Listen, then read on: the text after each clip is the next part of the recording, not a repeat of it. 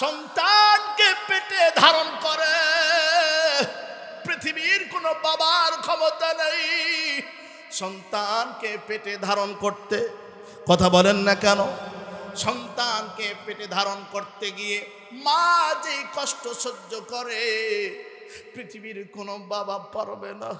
এ যুবক যারা বিবাহ করেছে, যাদের সন্তান হয়েছে, দেখবেন খেয়াল করে, আমি তো আমার বিবিকে দেখেছি, আমার সন্তানগুলো যখন আল্লাহ তাআলার নিয়ামতগুলো যখন তার পেটে দিয়েছে, এ মুসলমান, রাত 12টা নাই, সারা রাত আমার বিবি একবার ডান দিকে কাঁধ ঘুরে আর একবার বাম দিকে যায়, কখনো খাট থেকে উঠে হাঁটে, চলাফেরা করে। কেন গো এমন করো? কি বলে জানো? মা তো ভাই ডাক দিয়ে বলে, আমার কলিজার টুকরা, একবার ডান পাজরে লাথি মারে, আমার বড় কষ্ট হয়, আর একবার বাম পাজরে লাথি মারে, আমি আর দাঁড়াইতে আর শুয়ে থাকতে পারি না। এ মুসলমান, শুধু তাই নয়, মা এমন একজন দরদী, যদি লাথি মারে তাও মার কষ্ট হয়, কষ্ট সহ্য করে।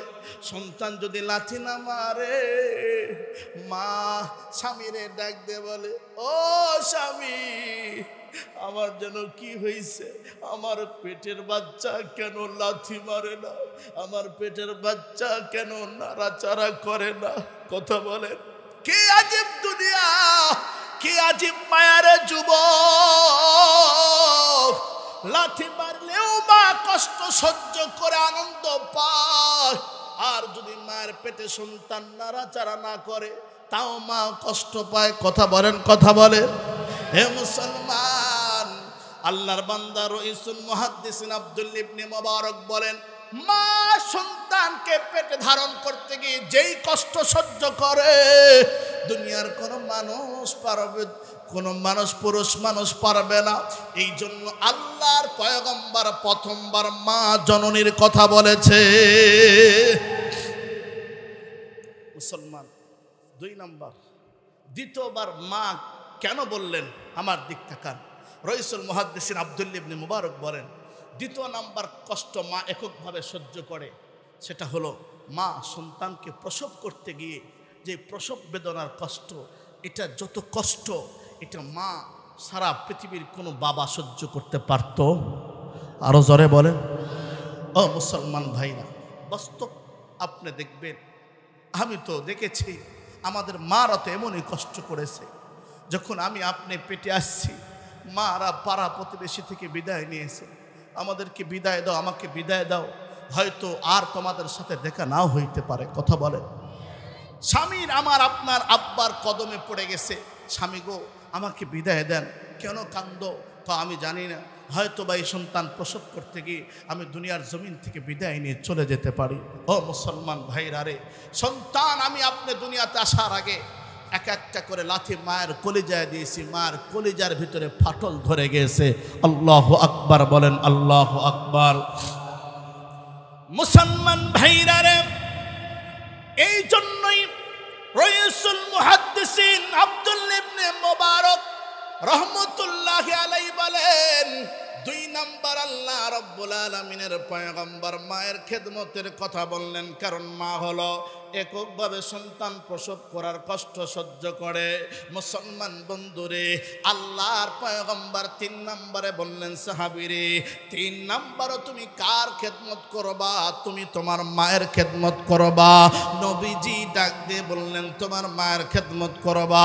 আব্দুল্লাহ ইবনে মুবারক বলেন, তৃতীয়বার মায়ের কথা এই জন্য বললেন, মা সন্তানকে মানুষ করতে গিয়ে মা এককভাবে সন্তানকে স্তন থেকে দুধ পান করায়। কথা বলেন ঠিক কিনা? আল্লাহ রাব্বুল আলামিন মার স্তনের দুধের ভিতরে এমন মেডিসিন দান করেছে। আমি ইন্ডিয়াতে গিয়েছিলাম, কলকাতার এরকম ভাবে অ্যাপোলো মেডিকেলেতে ডাক্তার এরকম ভাবে সুব্রত কুমার ঘোষ, সুব্রত কুমার ঘোষ আমাকে এরকম ভাবে উর্দুতে আর হিন্দি মিলিয়া কমসে কম 1 ঘন্টা আমার সুযোগ দিয়েছে, আমার আর সারে না। সুব্রত ঘোষ চোখের পানি ছেড়ে দিয়ে কান্দে আর আমারে বলে, মৌলভী সাহেব অনেকদিন পর আপনার মতো লোককে পেয়েছে, আপনি আমারে সময় দিয়েছেন, আসলে তো আপনি রোগী নয়। আমি বললাম আমি মেডিকেলের ভিসা নিয়ে আসছি, বাস্তবে আমি কোনো রোগী নয়, কারণ মেডিকেলের ভিসা নিলে অতি তাড়াতাড়ি আসা যায়, কোনো ঝামেলা থাকে না। আল্লাহু আকবার বলেন। মুসলমান ভাইরা, ডাক্তার সুব্রত ঘোষ কিছু কথা আমারে শোনাই দিলেন, তার মধ্যে এই কথাটা বললেন, উনি আমারে হিন্দু হইয়া আমারে বলতেছে, জানেন জানেন আল্লাহ রাব্বুল আলামিনের পয়গম্বর আপনাদের নবী মুহাম্মদ, এইভাবে বলে মুহাম্মদ আব্দুল্লাহর পোলা মুহাম্মদ। এরপর আমি বলি সাল্লাল্লাহু আলাইহি ওয়াসাল্লাম, উনি আমারে বলেন, আবার বলেন, আমি বললাম সাল্লাল্লাহু আলাইহি ওয়াসাল্লাম, উনি আমার সাথে সাথে বলার চেষ্টা করেন। সুব্রত ঘোষ ডাক দিয়ে বলেন, আল্লাহর পয়গম্বর আব্দুল্লাহর পোলা মুহাম্মদ সাল্লাল্লাহু আলাইহি ওয়াসাল্লাম 1400 বছর আগে যে কথাগুলো বলে গেছে, আমরা এখন গবেষণা করে দেখি মেডিসিনগুলো একই। আল্লাহ রাব্বুল আলামিনের দানকৃত মেডিসিন তামাম পৃথিবীর মানব জাতি তৈরি করে তার সাথে পাল্লা দিয়ে পারবে না। এত এত এত ভিটামিন যুক্ত মেডিসিন আল্লাহ তাআলার কুদরতের খেলায় দান করেছেন। যেরকম সুবহানাল্লাহ। মুসলমান ভাইরা, উনি বললেন মা স্তনের দুধের ভিতরে এরকম ভাবে প্রথম যেই শাল দুধ বলা হয়, ডাক্তার সুব্রত ঘোষ বলতেছেন কোন সন্তান আমারে বলতেছেন আপনি পরীক্ষা করে দেখবেন, আপনি পারলে পরীক্ষা করবেন, যেই সন্তান ছোটকাল থেকেই মায়ের স্তন থেকে দুধ পান করেছে, আর একটা সন্তান মায়ের স্তন থেকে দুধ পান করার সৌভাগ্য হয় নাই, গরু বা গাভীর দুধ পান করেছে, ওই ডাক্তার ডাকতে বলে হুজুর দেখবেন ওই দুইটা সন্তানকে আপনি লাগায়া দিবেন, যেই সন্তানটা ছোট কাল থেকে শেষ পর্যন্ত মায়ের স্তন থেকে দুধ পান করেছে, ওই সন্তানের শক্তি কুওয়াত ওই গরুর দুধ গাভীর দুধের চাইতে দুধ খায় যে সন্তান বড় হলো, তার চাইতে দ্বিগুণ গুণ আল্লাহ তাআলা বাড়ায়া দেয়। আরো জোরে বলেন সুবহানাল্লাহ। হায়াতের দিন ফুরিয়ে যায়, বন্ধু তোমার নেই তো ভাবনা, তুমি আসো রং তামাশায় শয়তানের ধোকায়, ক্ষমা পাবে অনুতাপে অনুশোচনায়, হায়াতের দিন ফুরিয়ে যায়। ইসলামী গান বললে ভালো লাগে না খারাপ লাগে? আর একটু আসতে বলেন। আমরা যখন ক্লাস প্রাইমারিতে পড়ি, আমি ক্লাস প্রাইমারিতে বৃত্তি পরীক্ষা থানা পাস হয়েছি, ওই সময় আমরা তো ইসলামী সংস্কৃতি নয় বরঞ্চ বাংলা সংস্কৃতি হইতো, বৃহস্পতিবার আসলেই গান গাওয়া লাগতো, আছে না নাই? কথা বলেন। আমাদের বাংলাদেশের যুবকরা গান বললেই বেশি খুশি হয়, গজল বলতে পারে, কথা কন না কেন? এই জন্যই বাংলার জমিনে প্রথম এই গজলটা আমি লিখেছিলাম, হাইরে হাইরে হায় দুঃখে পরাণ যায়, ইন্ডিয়ার হাওয়া লাগাইছে বাংলাদেশের গায়ে, কথা কন না কা? হাইরে হাইরে হায় দুঃখে পরাণ যায়, পশ্চিমা হাওয়া লাগাইছে বাংলাদেশের গায়ে, হিন্দুকে আর মুসলমানকে চেনা বড় দায়, হিন্দুকে আর মুসলমানকে চেনা বড় দায়, হাইরে হাইরে হায় দুঃখে পরাণ যায়, পশ্চিমা হাওয়া লাগাইছে বাংলাদেশের গায়ে। এমন প্লেয়ার আছে না নাই? কথা কন না কেন? এমন প্লেয়ার আছে না যে কি হিন্দু না মুসলমান চেনা যায় না? আমি আবার বলি, আমার বাস্তব প্রমাণিত একটা কথা, হয়তো রেকর্ডে শুনতে পারেন, এটা আমার এলাকার কথা। এরকমভাবে হিন্দু পূজা, দুর্গা পূজা আছে না? হিন্দু সম্প্রদায়ের সবচেয়ে বড় পূজা কোনটা বলেন? আর একটু আসতে, অনেক দিন ধরে হয় না, 10-12 দিন ধরে হয়। লাস্টে মা দুর্গাকে পানির মধ্যে চুবায় কি চুবায় না? 7 পাকে ঘোরায়। আমার বাড়ি, আমার জন্মস্থান নাটোর সিংড়া থানা, ইটালি ইউনিয়ন, বাঁশবাড়িয়া গ্রাম, যেই গ্রামে 650 হিন্দু সম্প্রদায় আছে, তাহলে কম আছে? যেই গ্রামের ছোট থেকে আমাদের মায়েরা জোর করে ধরতো, তখন তো বুঝতাম না নাদান না সমজদার, হ্যাঁ, দৌড়া দৌড়া যাইতাম নৌকার পিছিয়ে পিছিয়ে, যে কিভাবে ডুবাই এটা দেখবো, বুঝলেন নাই? দৌড়া দৌড়ে যাইতাম আর ওদের গীতগুলো শুনতাম, বুঝলেন, আর মুখস্থ করতাম। কি করতাম? মুখস্থ করতাম। তো যাই হোক, এই দেখবেন এই দুর্গা পূজার টাইমে বাস্তব একটা ঘটনা আমাদের এলাকা, সব এলাকায় হয়। দেখবেন লাস্টে বিদায়ের দিনে, কিসের দিনে? মা দুর্গাকে যেদিন বিদায় দিবে সেই দিন বিদায় আর্থনাদ কিছু আছে ভক্তবিন্দুদের, আছে না নাই? তো ওই সময় ঠাকুর আছে না, যে ঠাকুর, তো বর্তমান আমাদের আল্লাহর কি শান, আল্লাহর কি কাম, আল্লাহর কি খেল। দেখেন আমাদের মুসলমানদের ভিতরে এবং ওলামায়ে কেরামের ভিতরে হুজুরেরা বুঝবেন, যার যত বয়স বেশি হয় যে হুজুরের, তার সম্মান তত বেশি হয়। হুজুর ঠিক কিনা? আমাদের ওস্তাদকে দেখেন নাই, আল্লামা শেখ আহমদ বারাকাল্লাহু ফি হায়াতি, আল্লাহ তাআলা তাকে জান্নাতুল ফিরদাউস উচ্চ মাকাম দান করছে, আমিন বলেন। তো উনি যখন বয়স অল্প ছিলেন তখন কিন্তু বেশি মহব্বত করে নাই, কিন্তু যত বেশি বয়স হয়েছে তত মানুষ কি করছে? বেশি ভালোবাসে। এটা আমাদের নিয়ম। তো যাই হোক, কিন্তু দেখবেন অন্য ধর্মের যারা ঠাকুর আছে এরা বয়স বেশি হলে আবার দেখবেন আমাদের এই লাইনের যাদের বয়স বেশি হয় এদের কয়েকদিনে শক্তি আরো বেড়ে যায়। কি যায়? বেড়ে যায়। আর ওদের দেখবেন চাপা চুপা সব ভেঙে যায়। তো এখন তো বর্তমান ঠাকুরের চাপা নাই, তো এখন ডিজিটাল যেহেতু যোগ, এই জন্য কয় ঠাকুরের বলা লাগবে না, রেকর্ড ছাড়ো। কি ছাড়ো? রেকর্ড ছাড়ো। কি রেকর্ড ছাড়বে? তখন এই ভক্তর মধ্যে থেকে ঠাকুর বলা লাগবে।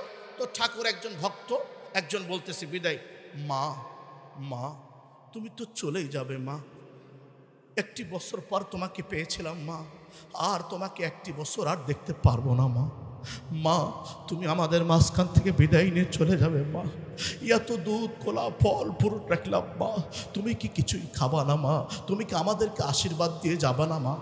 আরো লম্বা কথা বলে, আমি মূল কথাগুলো নিয়ে এসেছি আমার সুবিধার জন্য। এবার ভক্তর কথা শেষ, এবার মা দুর্গা এখন লাস্টে বিদায় দিবে।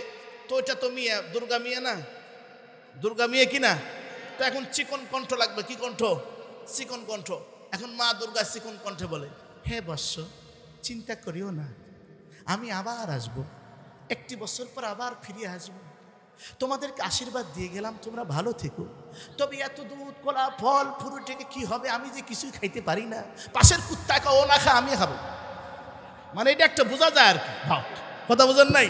তো আমার মূল কথা এটা নয়, কোনো ক্রিটিসাইজ করা নয়। ওই জায়গাতে আমার একজন ভক্ত খুব মহব্বত করে, ও মোনাজাতে গেলেও কান্দে, আবার মানুষের চোখের পানি দেখলেও কান্দে। এখন ওই জায়গাতে খুব আবেগী কথা হয়, বিদায়ী কথা। তখন এক হিন্দু মহিলা যার যার ধর্ম সেইভাবে পালন করে, তারা অনেক সময় চোখের পানি ফালায় ভাসায় কান্দে। তো এখন আমার ওই মুসল্লি, আমার ওই ভক্ত ওদের শত শত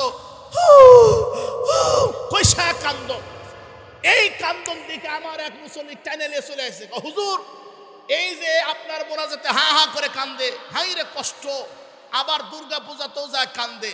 তো আমি বললাম, চাচা এই কাম করছেন কে? ভাইস্তা আর কয় না, আবেগে কান্দে দিছি। হাই রে হাই, দুঃখে পরান যায়, ইন্ডিয়ার হাওয়া লাগাইছে বাংলাদেশের গায়ে। হিন্দুকে আর মুসলমানকে চেনা বড় দায়, হিন্দুকে আর মুসলমানকে চেনা বড় দায়। হাই রে হাই, দুঃখে পরান যায়, পশ্চিমা হাওয়া লাগাইছে বাংলাদেশের গায়ে। কথা বলেন, আপনাদের কষ্ট হচ্ছে? কষ্ট হচ্ছে? চলবে চলবে চলবে, আর 20 মিনিট হবে ইনশাআল্লাহ। রাজি আছেন? হাত উঠা আল্লাহর দেখেন, নারায়ে তাকবীর, লিল্লাহে তাকবীর। মুসলমান ভাইরা রে, এ বন্ধু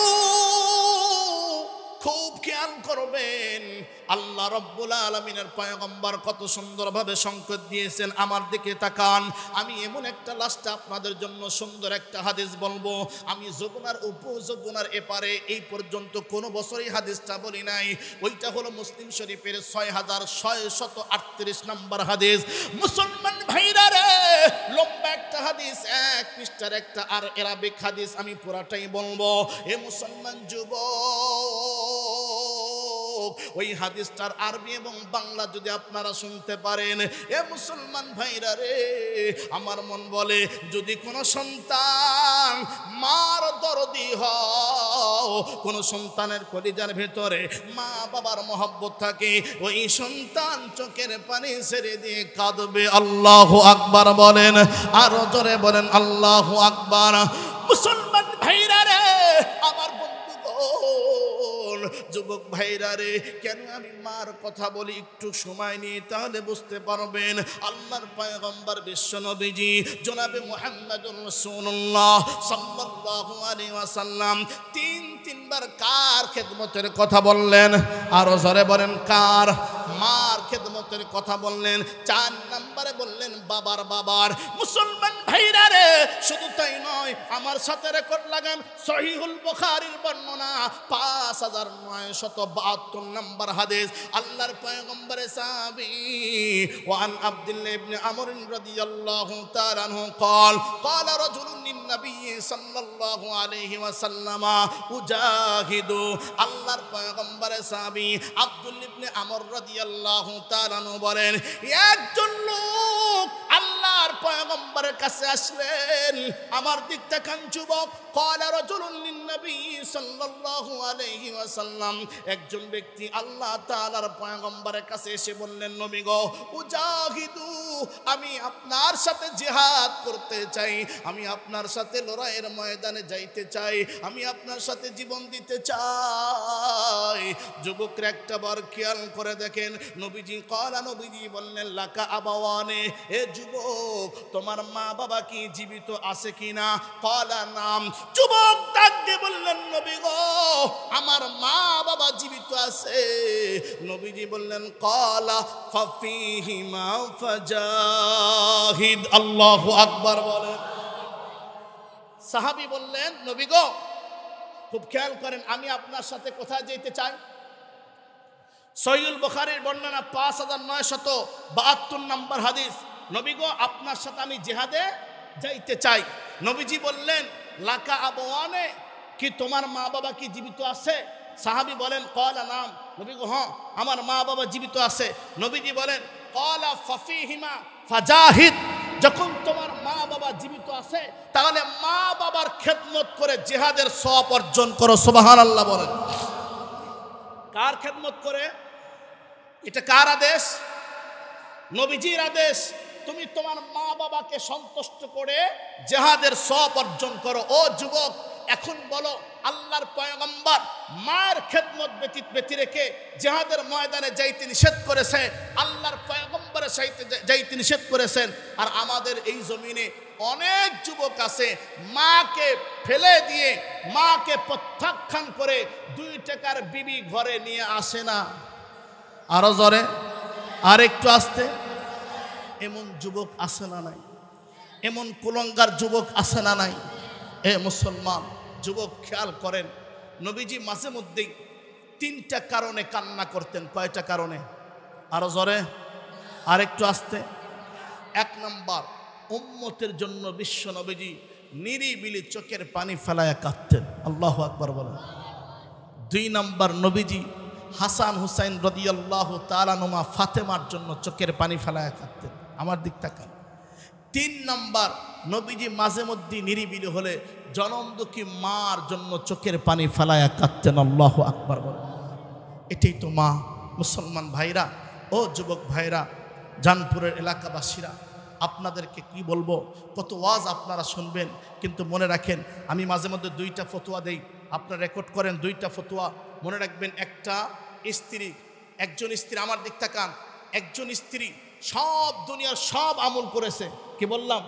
একজন স্ত্রী দুনিয়ার, বলেন সব আমল করেছে, কালেমা পড়ার পরে সব আমল করেছে, কিন্তু স্বামীর খেদমত, স্বামীর হক আদায়, স্বামী তার উপরে রাজি। আপনি সমস্ত মুফতিকে নিয়ে আসেন তো, ও কত নাম্বার জান্নাত পাবে বলতে। কিন্তু পক্ষান্তর আমার দিক তাকান, একটা মহিলা, একটা বিবি কালেমা পড়েছে। কি পড়েছে? কালেমা পড়েছে। হয়তো কোনো আমল করা দরকার ছিল, স্বীকার করেছে, কিন্তু করতে পারে নাই, কিন্তু স্বামী তার উপরে সন্তুষ্ট ছিল। কসম করে বলি, ওই মহিলাকে আল্লাহ তাআলা লাস্টে এই পৃথিবী 10টা পৃথিবীর সমান একটা জান্নাত দান করবে।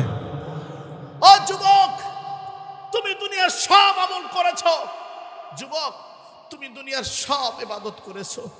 যুবক, তুমি দুনিয়ার সব বন্দেগী তুমি করেছো, কিন্তু মা তোমার উপরে খুশি নয়, মারে তুমি কষ্ট দিয়েছো। যুবক, তামাম পৃথিবীর ফকিরা লাগলে, মুফতিরে কেরাম যদি লাগে, কেউ বলতে পারবে না তুমি কত নাম্বার জান্নাত পাবা। কিন্তু যুবক কসম করে বলল হালে সবনা, তুমি কালেমা পড়েছো, অন্যান্য তোমার আকীদা ঠিক আছে, অন্যান্য ইবাদত করার দরকার ছিল, স্বীকার করেছো, পারো নাই, কিন্তু মা বাবা তোমার উপরে রাজি ছিল। ও যুবক, আল্লাহ তাআলা তোমাকে কমসে কম এই 10টা পৃথিবী সমান একটা জান্নাত দান করবে। চিৎকার করে বলেন সুবহানাল্লাহ, আরো জোরে বলেন সুবহানাল্লাহ। মুসলমান যুবক রে, এই জমিনে বহু সন্তান। এ যুবক, তুমি কি জানো আল্লাহ তাআলা মার খেদমতকে এত প্রাধান্য দিয়েছে? মার খেদমতটা যদি কোনো সন্তানের প্রতি থাকে, সে ধর্ম যেটাই করুক না কেন, মার ভালোবাসাকে আল্লাহ এত প্রাধান্য দিয়েছে, কোনো বেজাতি বেঈমান যদি মার খেদমত করে, আল্লাহ তাআলা তাকে জান্নাতে না দেখ দুনিয়াতে বড় বানায় দেয়। হিটলারের নাম শোনেন নাই? জিরো থেকে হিরো হয়েছিল কার কারণে? মায়ের খেদমতের কারণে। নরেন্দ্র মোদী পাশের রাষ্ট্রের প্রেসিডেন্ট, এখনো আপনি দেখবেন মাঝে মধ্যে ইউটিউবে বিভিন্ন জায়গাতে, হ্যাঁ, নিজে গিয়ে মাকে কি করে, আমি বুঝাচ্ছি, পরকালে না, যেহেতু কালেমা নেই, ভিসা নেই, সার্টিফিকেট নেই, এই জন্য দুনিয়াতে আল্লাহ তাআলা মা বাবার খেদমত করলে দুনিয়ার ইজ্জতও বাড়ায় দিবে, আর যদি কালেমাওয়ালা হন তাহলে আখিরাতে জান্নাত দিবে। সুবহানাল্লাহ বলেন। মুসলমান, এই পৃথিবীতে আমার মতো নয়, কোটি কোটি সন্তানের মুখ থেকে শুনবেন তারা অসহায় ছিল, তারা নিরক্ষর ছিল, তারা একেবারে অসহায় গরিব ছিল, কিন্তু শুধুমাত্র জনমদুঃখী মার খেদমতের কারণে, ও মুসলমান, ওই সন্তান আজকে দুনিয়াতে আল্লাহ তাআলা দুনিয়াতে কোটি কোটি টাকার মালিক বানায় দিয়েছে, আখিরাতে তো জান্নাত দিবে। যখন সুবহানাল্লাহ। মুসলমান ভাইরা, এই জন্য অনুরোধ করে বলি, যেটাই করেন না কেন মা বাবার কলিজায় কষ্ট। আর একটু আসতে বলেন। মুসলমান ভাইরা রে, সহিহুল মুসলিমের বর্ণনা, আল্লাহর পয়গম্বরের সাহাবী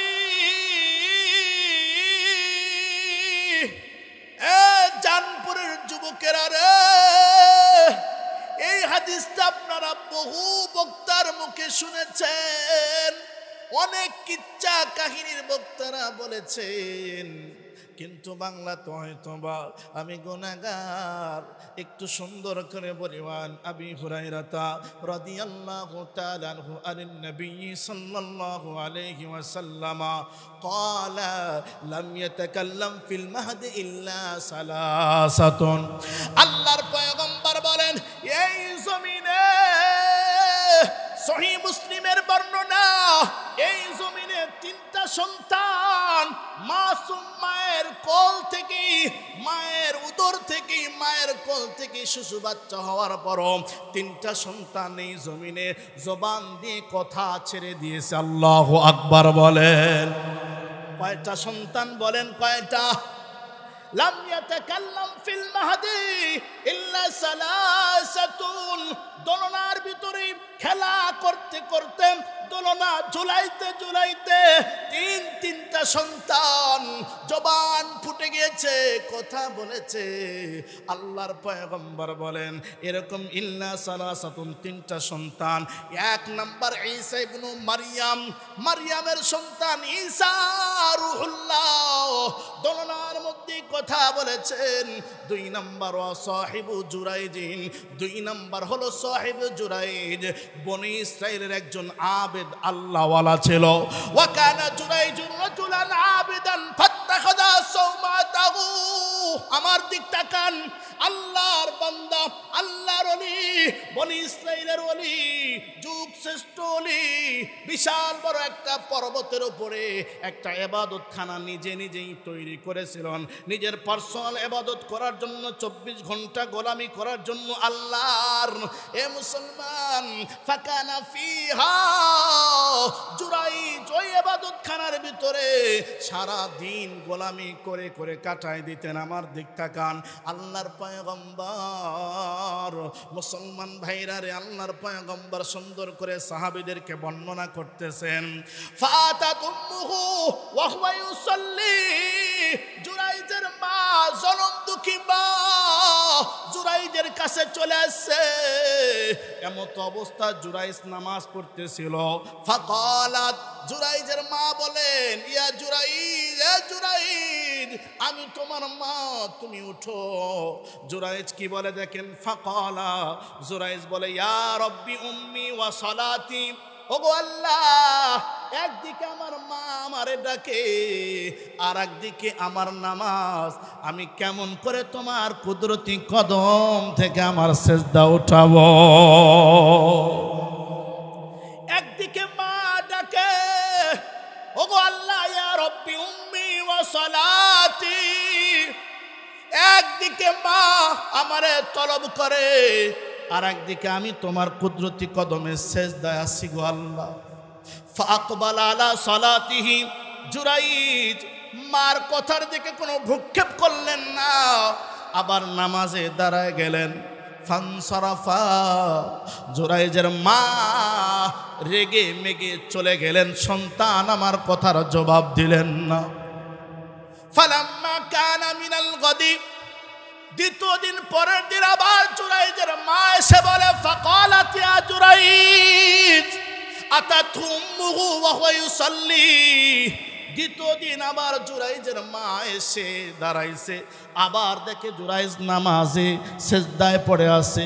ডাক দে বলে ইয়া জুরাইজ, ফাকালা জুরাইজ ডাক দে বলে ইয়া রব্বি উম্মি ওয়া সালাতি, ওগো আল্লাহ, একদিকে আমার মায়ের আওয়াজ আর একদিকে তোমার রবের সেজদা, তোমার সেজদা করি রে আল্লাহ।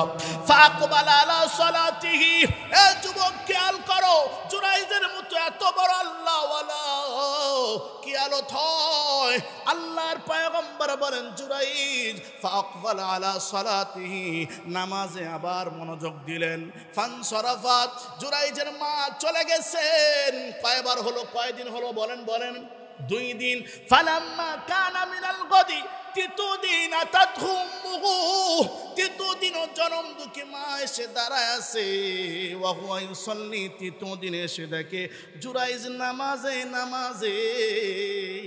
মুসলমান ভাইরা রে, পূর্বের আল্লাহর ওলিরা, আমাদের আল্লাহওয়ালারা, আল্লাহর ওলিরা যখনই যাইবেন দেখতে পারবেন শুধু আল্লাহর ইবাদতে কাটায় দিতে। আর বর্তমান নতুন নতুন ডিজিটাল পীর খাজারা নেমেছে, যখনই যাইবেন দেখবেন গাঞ্জা টানতে। কথা কন না গা, আছে না নাই? খাজার নামে মাজার করে দেখায় যারা খাজার শান, দিনে করে ভণ্ডামি আর রাত্রে মারে গাজায় টান। কথা কন না মিয়া? খাজার নামে মাজার করে দেখায় যারা খাজার শান, দিনে করে ভণ্ডামি আর রাত্রে মারে গাজায় টান। দিনে করে ভণ্ডামি আর, আমার সাথে বলেন, দিনে করে ভণ্ডামি আর রাত্রে মারে, দিনে করে ভণ্ডামি আর রাত্রে মারে। দাড়ি টুপি নাই রে কিছু আছে শুধু চুল, সুন্নতের খবর নাই সে আশিকে রাসূল। আছে না নাই? দাড়িও নাই, টুপিও নাই, জুব্বাও নাই, কিছু নাই, কয় বড় আমি পীর।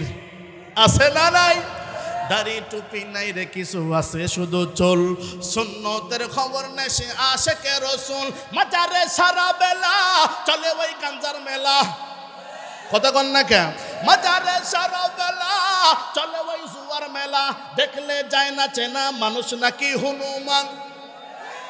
সারা রাত গাঞ্জা টানতে টানতে এমন অবস্থা, দিনের বেলা খোঁজ করেও পাওয়া যায় না যে কি হয়েছে। কথা বলেন, কথা বলেন, আছে না নাই? মাজারে সারা বেলা চলে ওই গাঞ্জার বেলা, দেখলে যায় না চেনা মানুষ নাকি হনুমান। দিনে করে ভণ্ডামি আর রাত্রে মারে, দিনে করে ভণ্ডামি আর রাত্রে মারে গাজায় টান। মাননীয় প্রধান অতিথি এসেছেন, 5 মিনিটের জন্য একটু চুপ করালে ভালো হয়। আচ্ছা একটু চুপ করেন ইনশাল্লাহ। আমাদের কথা কন ঠিক কিনা? মুসলমান ভাইরা রে, বন্ধু আমাকে কয়েকজন আবেদন করেছে, হুজুর এই এলাকার মা বোনেরা, অনেক মা বোনেরা হয়েছে, মা বোনদের জন্য একটু আলোচনা করবেন। যুবক ভাইরা রে, আমরা তো ছেলে মানুষের জন্য এত আলোচনা করলাম, তবে 2 মিনিট এলাকার মা বোনদের জন্য যদি একটা হাদিস বলি আপনাদের জন্য কি কষ্ট হবে নাকি? মুসলমান ভাইরা রে, কারণ বন্ধু মা বোন যদি ভালো হইয়া যায়, মায়েরা যদি ভালো হইয়া যায়, বোনেরা যদি ভালো হইয়া যায়, পুরা সমাজটাই ভালো হয়ে যাবে। কথা বলেন ঠিক কিনা? মুসলমান ভাইরা রে, মা বোনদেরকে দৃষ্টি আকর্ষণ করে বলবো, মা তোমরা আমার আলোচনা ডাইরেক্ট দেখা লাগবে না রে মা। এ মা, পর্দার যে সমস্ত মা বোনেরা আছো, মা রে 2টা মিনিট আমার কথা শুনবা। প্রধান অতিথির মেহমান চলে আসছে, মা অবশ্যই আমাদের মাঝে কথা বলবে। তবে মুসলমান ভাইরা রে, মা বোনদেরকে বলবো, মা তোমরা যদি ফাতেমা রাদিয়াল্লাহু তাআলা আনহার মতো 2টা আমল করতে পারো, মা তোমাদেরকে আল্লাহ তাআলা ফাতেমার উত্তরসূরি বানায়া জান্নাতি মেহমান বানায় দিবে। যেরকম সুবহানাল্লাহ। মুসলমান ভাইরা রে, মা তোমাদেরকে বলি, মা ফাতেমার এমন 2টা গুণ ছিল মা, এই গুণটা যদি পৃথিবীর কোন মহিলারা ফলো করে, ওই মহিলার স্বামী মহিলাকে কোনোদিন কষ্ট দিতে পারবে? ওই মহিলার অন্তর্চক্ষু খুলে যাবে। আমি একটা জ্বলন্ত উদাহরণ দিতেছি। মুসলমান ভাইরা রে, তবকাতে হানাবেলা, অনেক কথা অনেকেই বলবে। তবকাতে হানাবেলা ইমাম আহমদ বিন হাম্বল রহমতুল্লাহ আলাইহির লেখা একটা কিতাব, 44 নম্বর পেজের ভিতরে আছে, আল্লাহর পয়গম্বরের সাহাবী হযরত আলী রাদিয়াল্লাহু তাআলা আনহু মসজিদে নববীতে বারান্দায় বসে আছেন। 7 দিন পর্যন্ত বাড়িতে যায় নাই। ফাতেমার ঘরে 7 দিন পর্যন্ত চুলা জ্বলে নাই। হাসান হুসাইন দৌড় মেরে চলে গেছে। না না, কি পাইলেন? আমার মা 7 দিন পর্যন্ত আমাদের বাড়িতে চুলা জ্বলে না। 7 দিন পর্যন্ত আমাদের বাড়িতে চুলা জ্বলে না। মা, আমার মা ফাতেমা রাদিয়াল্লাহু তাআলা আনহা কষ্ট পায়। আচ্ছা ভাই, আমি তো বললাম যে 2 মিনিট, কি হতো আপনার? আমি তো ওনার সাথে কথা বলছি না।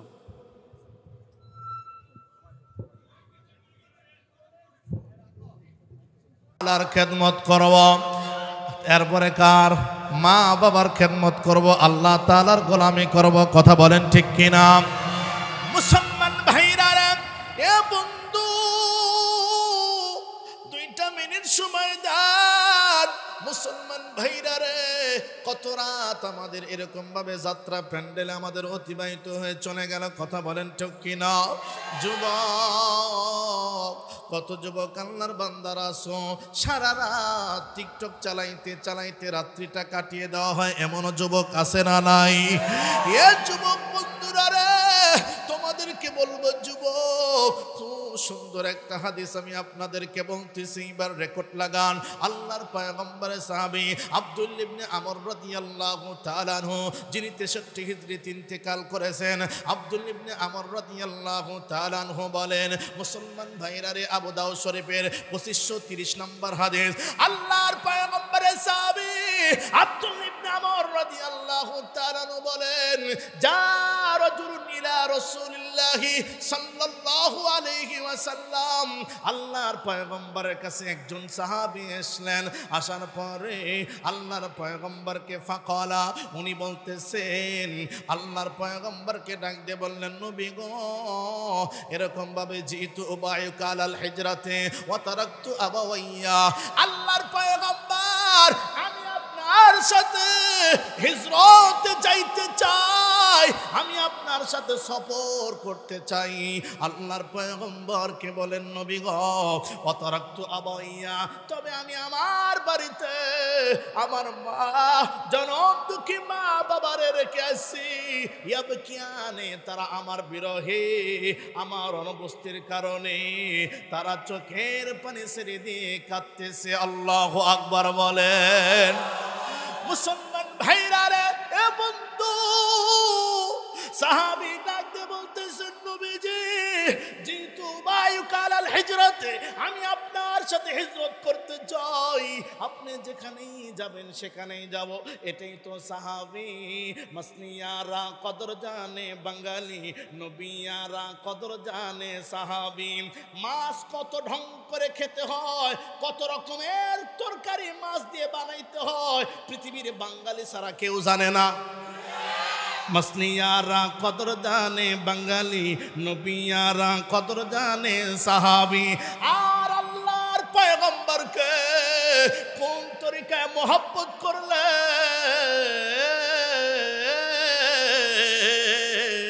কোন তরিকায় ভালোবাসলে আল্লাহর পয়গম্বর বেশি খুশি হবে, এটা নবীজির সাহাবীরা ছাড়া কেউ জানতো না।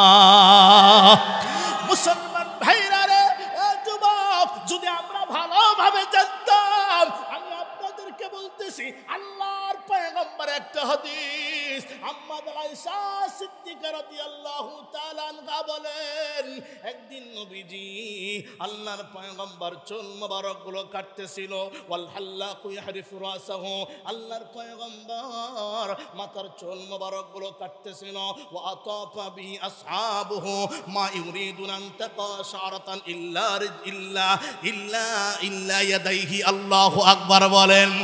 আল্লাহর পয়গম্বরের সাহাবীরা আমার দিক তাকান, নবীজি চুল মুবারক গুলো চাচতেছিল অথবা চুল মুবারক গুলো কাটতেছিল, সাহাবীরা চতুর্দিকে ঘুরতেছিল, একজন আরেকজনের হাতের সাথে হাত লাগায়া লাগায়া ঘুরতেছিল। কেন কেন? মা ইউরিদুন আন তাকা শারাতান ইল্লা ইয়াদাইহি, নবীজির সাহাবীরা চাইতো নবীজির চুল মোবারক গুলো যেন, নবীজির চুল মোবারক গুলো যেন মাটিতে না লাগে, আমাদের হাতে হাতে পড়ে যায়। আল্লাহু আকবার বলেন। হে নবীজির উম্মতেরা রে, হে যুবক, তোমাদেরকে বলি, তোমরা যদি নবীজির বাস্তবে আশিক রাসূল হইতা, তোমাদের মাথার উপরে বেশির কাটিন উঠতো না।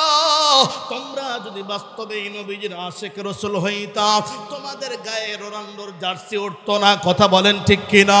এ যুবক,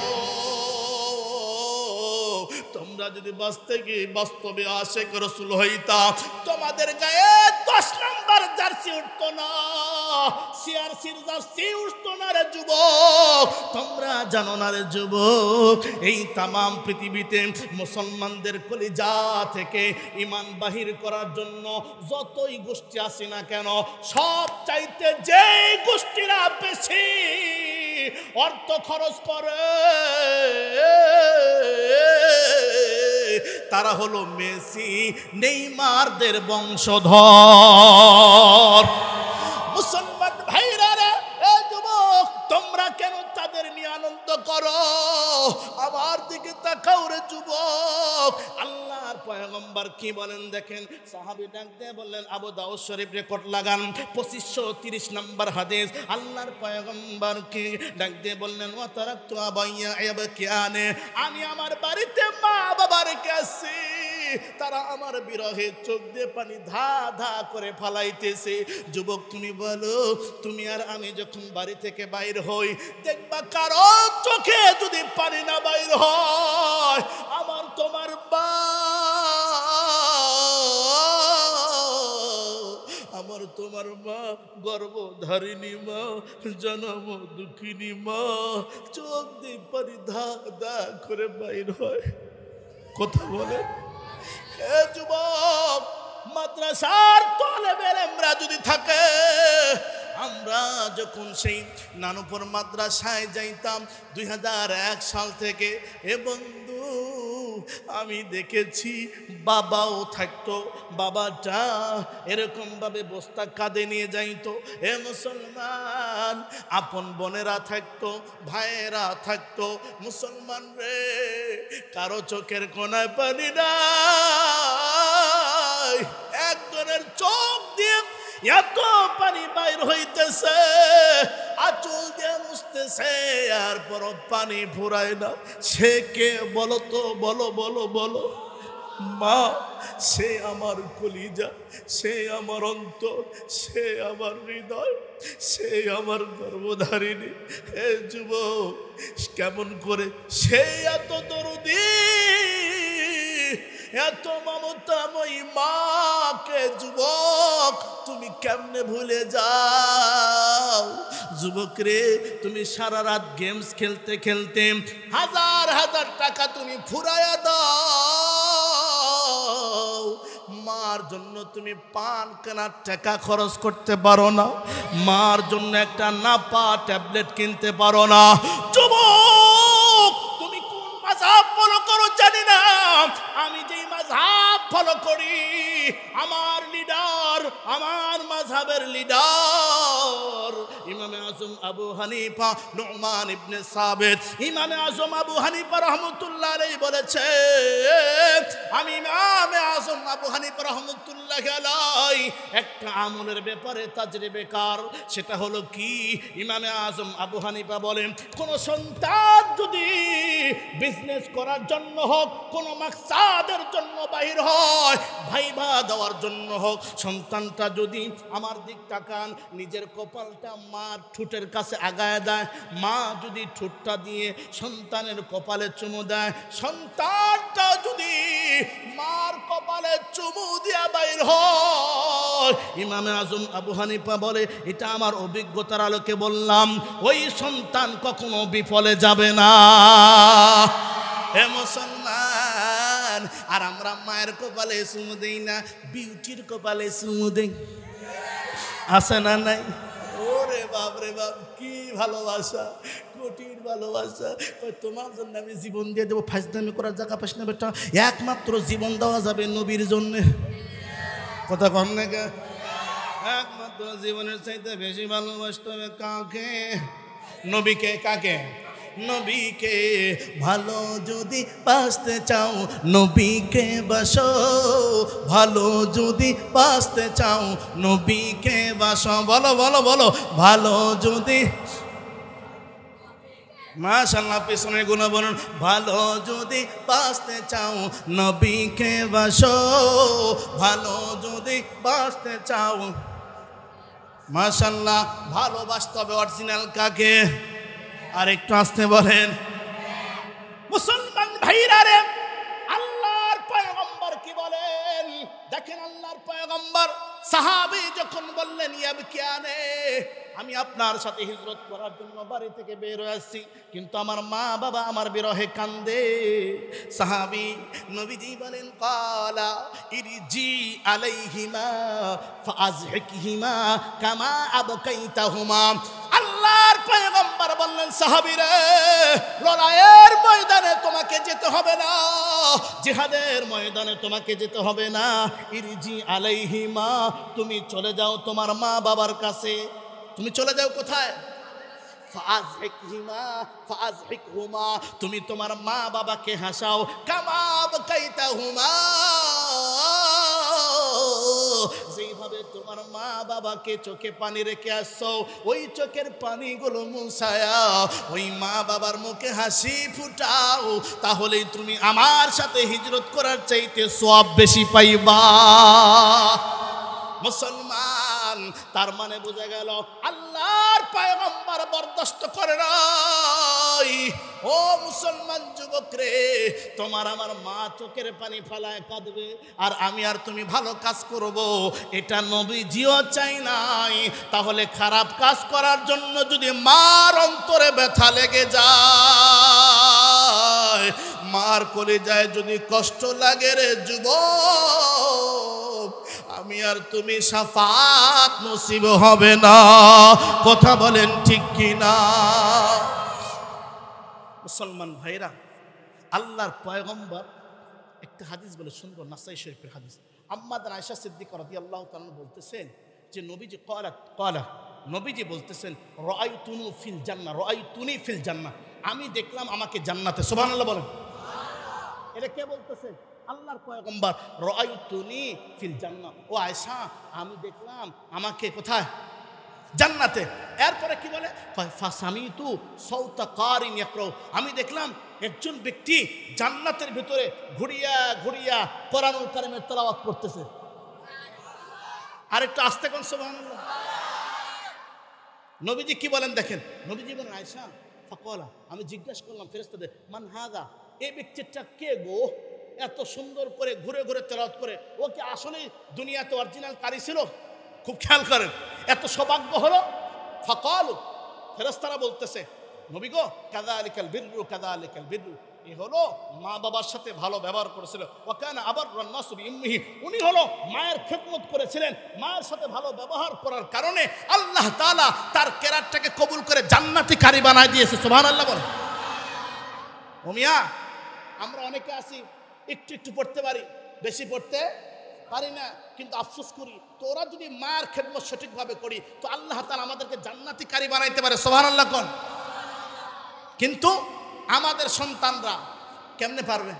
আমাদের সন্তান, আমাদের বল্টু সেন্টুরা, এরা মনে করেন দুনিয়ার সব ইংলিশ বলেন, হিন্দি বলেন, যে ভাষায় বলেন, তামিলনাড়ু যা বলেন না কেন সব ভাষার গান মুখস্থ, কিন্তু মুসলমানের ইসলামী সংস্কৃতি নিয়ে গান বলবে এরকম চাপা কেন বলেন তো দেখি, বলেন বলেন কেন? ওই যে হাই রে হায় দুঃখে পরাণ যায়, ইন্ডিয়ার হাওয়া লাগাইছে, স্টার জলসা হায়ার জি বাংলা নষ্ট করলো হাই রে সোনার বাংলা। এই আমি বুঝাচ্ছি, এটা আর কি, এটার কারণে আমাদের মা বোনেরা যখন পেটে সন্তান লইয়া বড় পীর আব্দুল কাদের জিলানীর মা, ইমামে আজম আবু হানিফার মা, ইমাম বুখারী রাহমাতুল্লাহির মা পেটে সন্তান নিয়ে কি করছে? কোরআনুল খতম দিছে কয়েকবার করে। আর আমাদের মা বোনেরা পেটে সন্তান নিয়ে কোরআনুল খতম দেয় না, কয়েকবার স্টার জলসা জি বাংলার সিরিয়াল খতম দেয়। এখন বলেন তো দেখি, যেই সন্তান পেটের মধ্যে লইয়া ওই যে একটা তাসির পরে কি বলে, যখন কিলাকুলি ঘুষাঘুষি আরম্ভ হয়, ওগুলোই ছোট বাচ্চা রেকর্ড করে, কি করে রেকর্ড করে। যখন ডেলিভারি হয়ে যায় ও প্রথমেই যখন উপযুক্ত বয়স হয় ওকে কথা কম বল, এরকম ডায়লগ দেয় কিনা? আচ্ছা আপনি মনে করেন আজ থেকে 20 বছরকার আগেকার ছোট বাচ্চারা আর এখনকার ছোট বাচ্চার মধ্যে কম বেশি আছে না? কি কয়? আমি তো আমার ছোট বাচ্চাকে দেখছি এত বুদ্ধি, কোথা কো আল্লাহ, 6.5 বছর বয়স, কঠিন বুদ্ধি, এত বুদ্ধি। নাম হলো আহনাফ রাখছি। হ্যাঁ, আমার নাম আহনাফ কেন রাখলেন? আমার জিজ্ঞেস করে আহনাফ কেন রাখলেন? আমি বললাম যে আহনাফ মানে ধার্মিক, তো এই জন্য রাখছি। না, এর আগে আপনি একটা হাদিস বলছেন না যে আল্লাহ রসুল বলছে, মানে ওই বোঝা আর কি বাংলায়। আমি বলছি সাম্মা আওলাদাকুম বিসমিল আম্বিয়া, তোমাদের ছেলেদের নাম রাখো নবীদের নামের সাথে মিশায়। আপনি এই কাজ করলেন কেন? মানে আমার মেজো ছেলের নাম সুয়াইব, বা ওটা তো নবীর নাম, তাহলে আমার নামটা নবীর নামে রাখতেন। তো আমি চিন্তা করলাম কি এত বুদ্ধি কি জন্যে? পরে হিসাব করে দেখলাম তো রুহুর বয়স তো সবাই সমান, কথা কয় না, সবার রুহু একই দিন আল্লাহ কি করছে? তৈরি করছে। পাঠাতে একটু দেরি হচ্ছে, কি হচ্ছে? তো রুহুর বয়স ওর আর আমার বয়স এক সমান, কথা কয় না। আপনার বাপের বয়স, দাদার বয়স সব একই, রুহুর বয়স একই, ওর রুহুটা পাকিয়ে গেছে, কি গেছে? পাকিয়ে গেছে। ওরা দুনিয়াতে পাঠাতে দেরি হচ্ছে তাই বলে কি থামে থাকবে নাকি? কথা কন না কে? হে মিয়া দেখবেন, কথা বুঝেন, অনেক দেখবেন অনেক খেলোয়াড়, এই যে কোচ আছে না, কোচ, ওরা নামাইতে দেরি হচ্ছে, কি দেরি হচ্ছে, ওই বাহিরে খালি কি করে দৌড়াদৌড়ি করে কিনা, মানে আর সহ্য হচ্ছে না, কখন মাঠে নামবো, খেলা হবে, কি হবে, খেলা হবে, কথা কন না কে? ভাইজান, গতবার নির্বাচনে কিছু দিতে পারি নাই, আগামীতে ক্ষমতা আসলে ওয়াদা করতেছি আপনাদের বাড়ি কেটে খাল বানাই দিব, তালে গাছ কেটে কলা গাছ লাগাই দেবো। এমন নেতাও আছে না নাই? কথা কন না কেন? ও মুসলমান, আমাদের একজন মন্ত্রী আছে সিংড়া তারান পলক ভাই, সমস্ত নামায় কেরাম যারে ভালোবাসে, কি জন্য জানেন? উনি বলে আমি কোথায় আসছি, কেন আসছি, হুজুরেরা টুপিওয়ালারা তো এমনি ছাড়বে না, এই জন্য উনি কথা বলার আগেই বলে 1 লাখ দিলাম।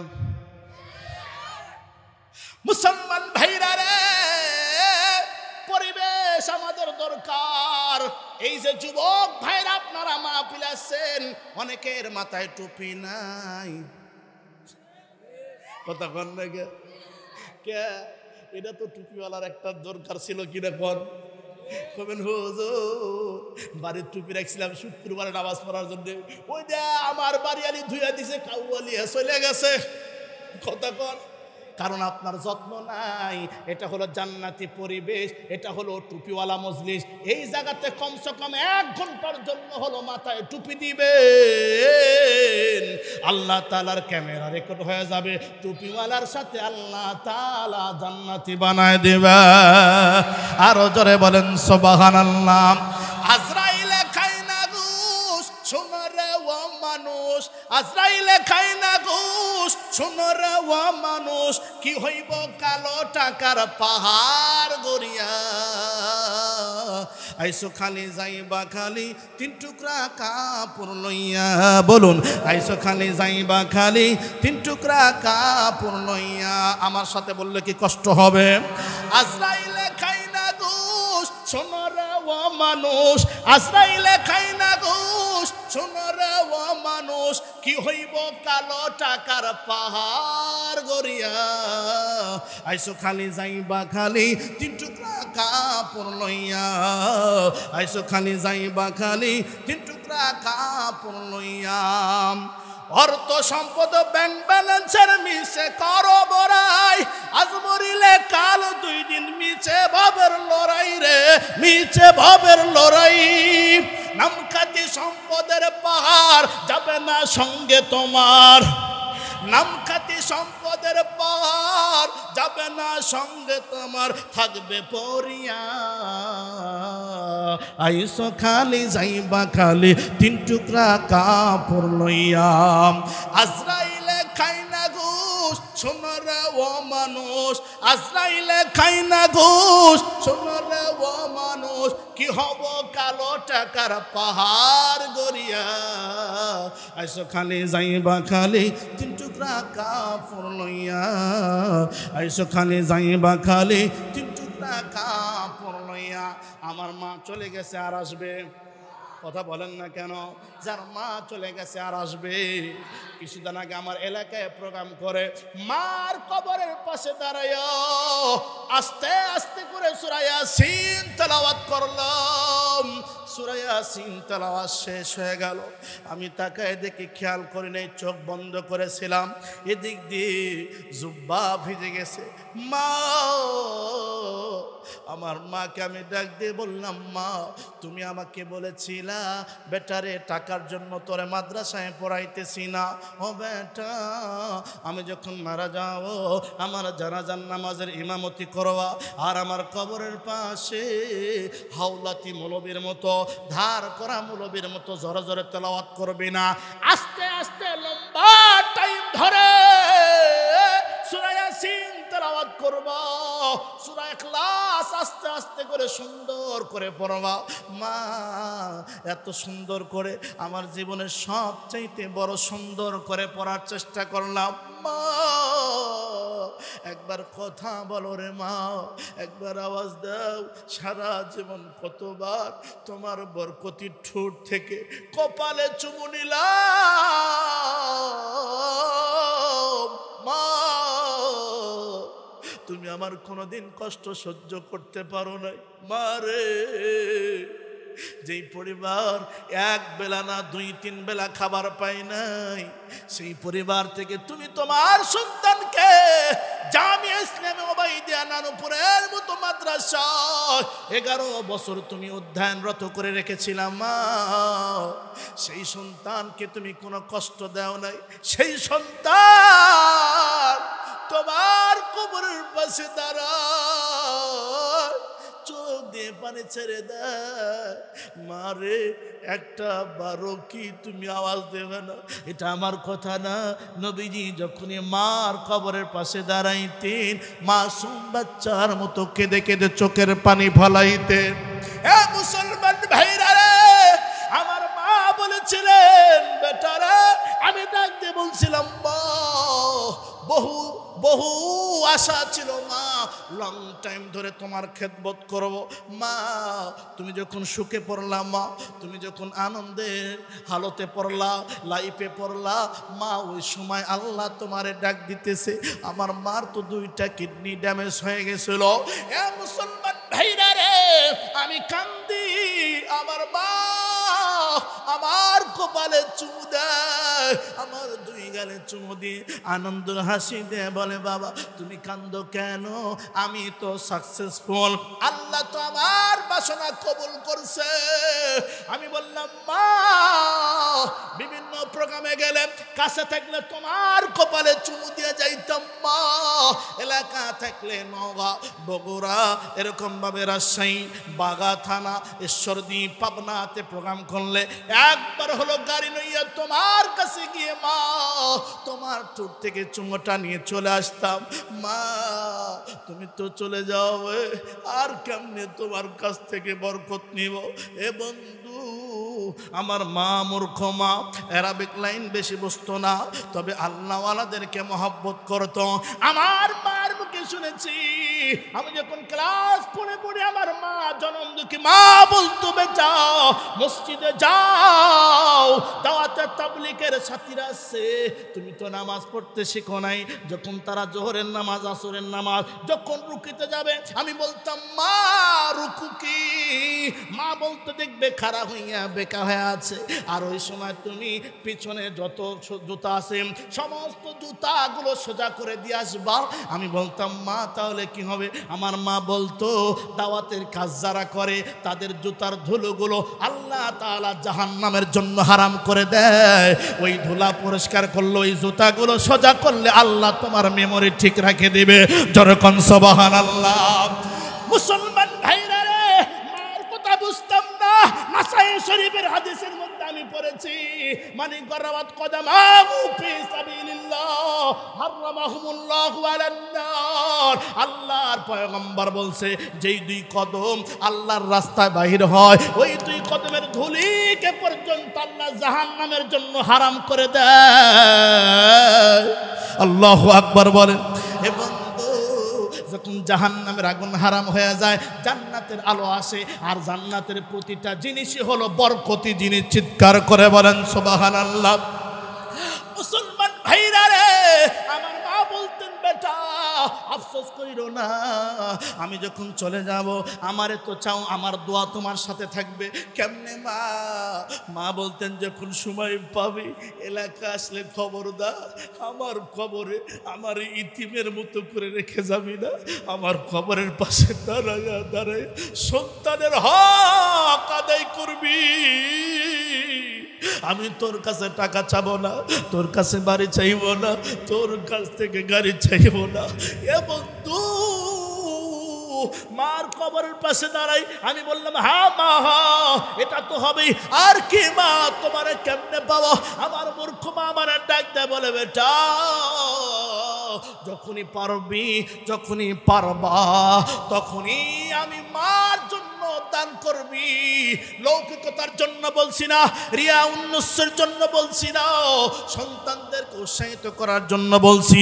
যুবক আমার ছাত্ররা বসে আছেন, আমি দীর্ঘদিন সাভারের এরকমভাবে গোসারটেক কেন্দ্র মসজিদে, যেই মসজিদে জুমার নামাজের মুসল্লি হয় ৪৫০০, ১০টার থেকে মুসল্লি আসা শুরু করে। ওই মসজিদের আমি ৩১৩ জন বদরি কমিটি বানাইছি। প্রতি শুক্রবার ১০০ করে টাকা। আমার সভাপতি ২ নাম্বার, আমি ১ নাম্বার। এরকমভাবে ৭-৮ বছর দিয়ে গেলাম। মুসলমান রে, এখন আমি খাগড়াছড়ি ৩ টগরি কেন্দ্র মসজিদের জুমার খুতবা দেই। আল্লাহ তাআলার মেহেরবানিতে ৪০,০০০ টাকা বেতন। কি মনে হচ্ছে যে কলিমুল্লাহ লুঙ্গিপুরে আসছে? আসলে কলিমুল্লাহ সবচেয়ে আমার বড় খুশি টাকা বড় দিনটা ওটা আমার নানুপুর মাদ্রাসার পাশে মানিকছড়ি থানাতে আমার ওস্তাদেরা সবাই আল্লামা শেখ আহমদ বারাকাল্লাহ ফিয়াতি থেকে শুরু করে আমাদের পিসাব সালাউদ্দিন নানুপুরি বারাকাল্লাহ ফিয়াতি এবং যারা আমার ওখানকার সমস্ত সাইকুলাদ নাউসরফের যারা আমাকে শিক্ষা দিয়েছেন, আমার ওস্তাদ সবাই ওই আশেপাশ সবাই থাকে আলহামদুলিল্লাহ। এবং অনেক প্রোগ্রাম এখন ওইদিকে করতেছি। তো যাই হোক আলহামদুলিল্লাহ। তো ওই মসজিদে গিয়েও প্রথম ৩১৩ জনের কমিটি বানাইছি আমি, প্রথম ১ নাম্বার আমি। আল্লাহু আকবার বলেন। প্রথম ১ নাম্বার আমি।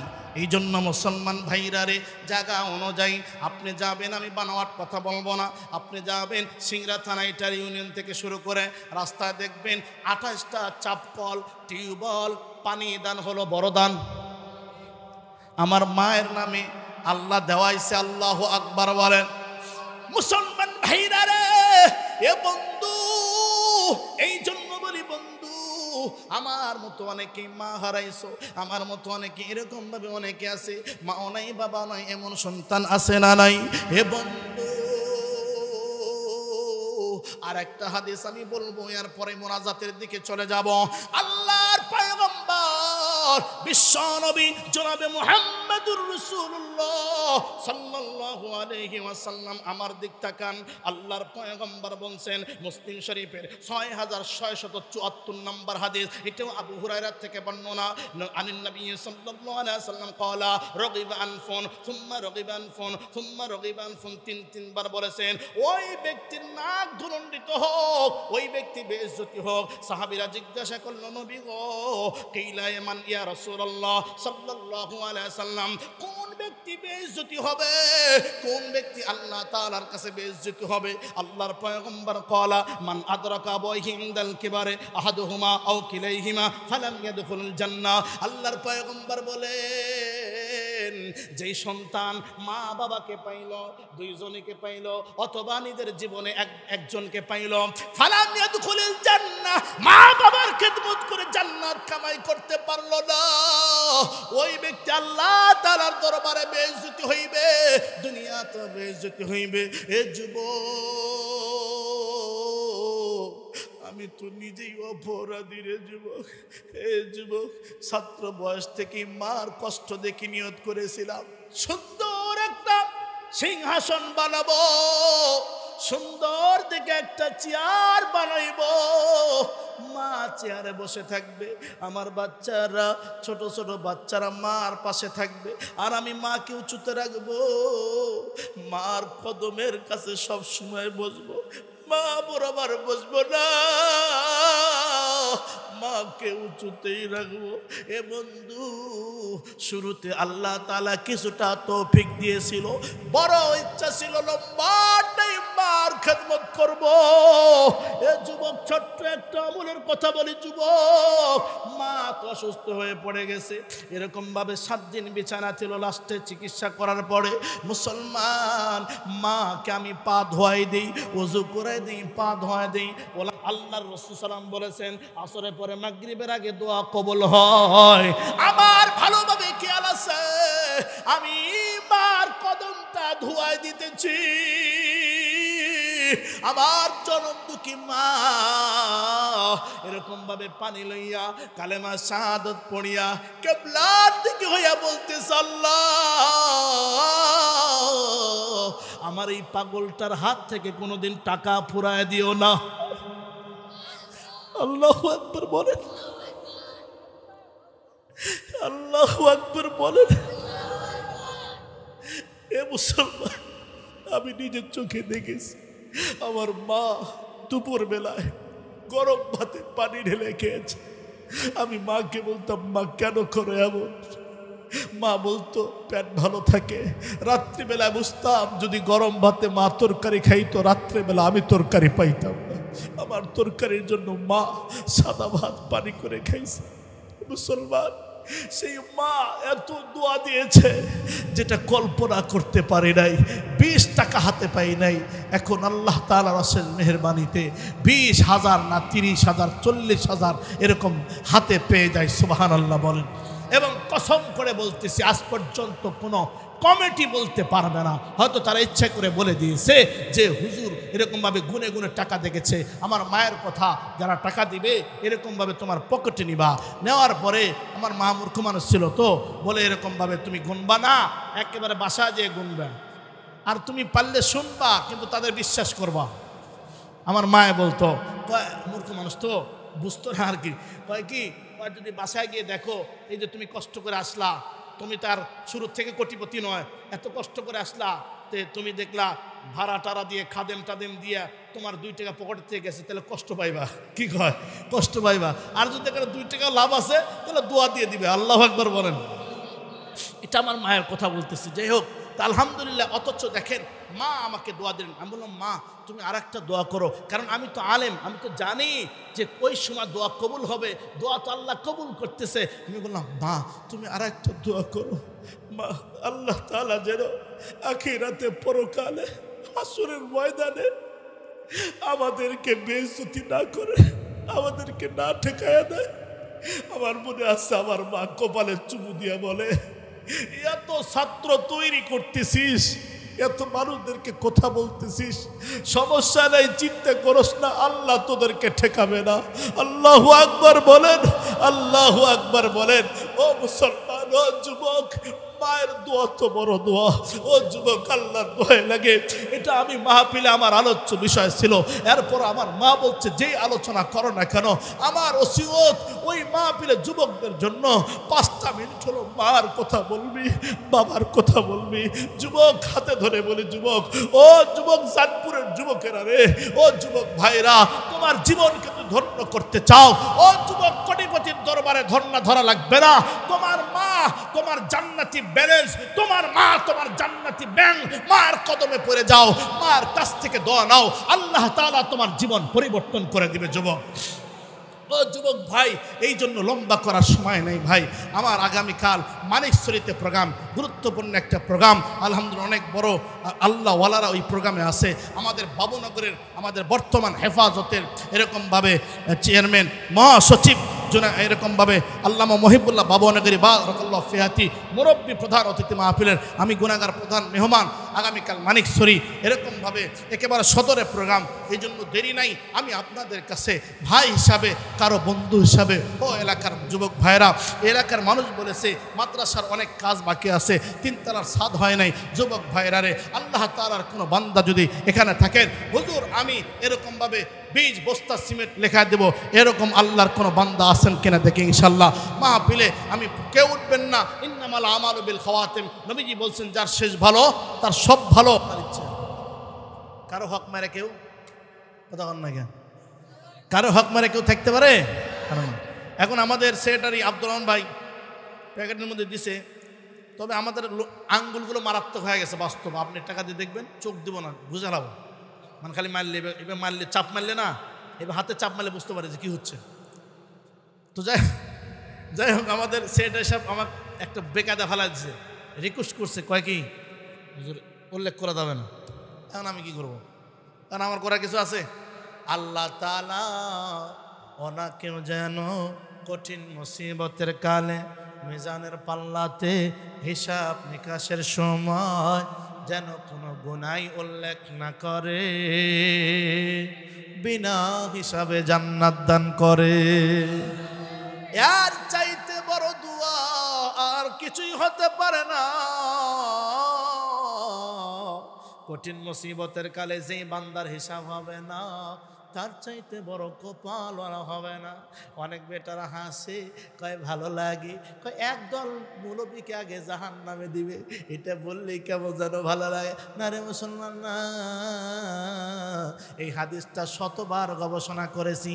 এই হাদিসের সনদ লম্বা চড়া সনদ, 2 জন রাবী পুরাটাই জাল। যারা মাত্র কুল হাদিস, এটা সহিহ নয়। হাদিসটা হলো এমন, ওই আলেম, ওই মৌলবী যে আলেম নয়, নিজেকে আলেম দাবি করে। কথা বলেন না কেন মুসলমান? মনে রাখবেন, আল্লাহর পয়গম্বর বলছেন, বাইহাকি শরীফের, আমার দিক তাকান, 35,178 নম্বর হাদিস। আল্লাহর পয়গম্বর মদিনাওয়ালা বলেছেন, ইন্না মাসালাল উলামা ফিল আরদি কামাসালি নুজুমিস সামা। এই জমিনের জন্য আলেম ওলামা হলো আসমানের তারকারাজি সমতুল্য। আনতাদিল্লা বিহা ফি যুলুমাতিল বাররি ওয়াল বাহরে। নবী যেরকম ভাবে পথ হারায় ফেলে সমুদ্রের মাঝ পথে গিয়া, তারকারাজি দেখে যেমন পথ চিনে ফেলে, এই জমিনের মুসলমানরা ওলামায়ে কেরাম দেখে জান্নাতের রাস্তা দেখবে। কথা কন না কেন? ওলামায়ে কেরাম না থাকলে জানাজার নামাজে কয় তাকবীর মুসলমান জানতো? কথা কন না কেন? ওলামায়ে কেরাম না থাকলে হজের ফরজ কয়টা, এই মাসালা জানতো না।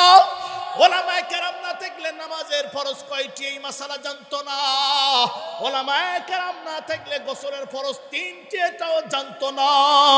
কথা বলেন ঠিক কিনা?